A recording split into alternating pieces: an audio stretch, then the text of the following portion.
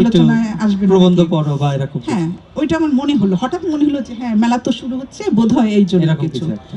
তারপরে আমি কি নিয়ে ব্যস্ত হয়ে গেলাম। তারপরে আর 10 কি 15 মিনিট পরে মোকাররম ভাই ফোন করলেন। আচ্ছা, ফোন করে বললেন, আপা কেমন আছেন? আমি বললাম, ভালো আপা, একটা ভালো খবর আছে। তা আমি বললাম, কি ভালো খবর ভাই বলেন। বিশ্বাস করেন, এক বিন্দু যদি আমার এই ব্যাপারে একটা চিন্তা মাথায় আসতো। আমি বললাম, কি খবর? বলে যে আপনাকে কথা সাহিত্যে এবার বাংলা একাডেমি পুরস্কার দেওয়া হচ্ছে। বাহ। আমি বললাম, আপনি আবার বললেন, তুমি আবার বললেন। আমি বললাম, আমি কি এটা বিশ্বাস করব? বলে, হ্যাঁ আপা, আপনাকে এটা বিশ্বাস করতে হবে। আচ্ছা তারপরে উনি বললেন যে আপনি এখন আনন্দ ভাগ করে নেবেন, আপনি একটা ছবি পাঠিয়ে দেন আমাকে, আমি আর কথা বলবো না আপনার সাথে। আচ্ছা আচ্ছা আচ্ছা আচ্ছা।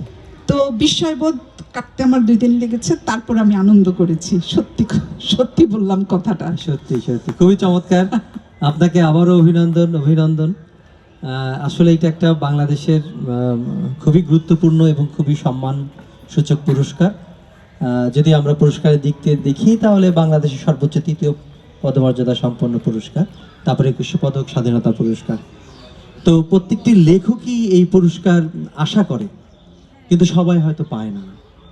আসলে বাংলাদেশের প্রেক্ষাপট এবং সব জায়গার প্রেক্ষাপটে আমি একটু আগে আপনার সাথে কথা বলছিলাম যে পুরস্কার পাওয়ার পরে যে লেখকদের চেনা, লেখকদের বই নিয়ে একটু মানুষের একটু জানা শোনা, তার আগে লেখকদেরকে জানা হয় না, এইটাতে প্রচার হয় না।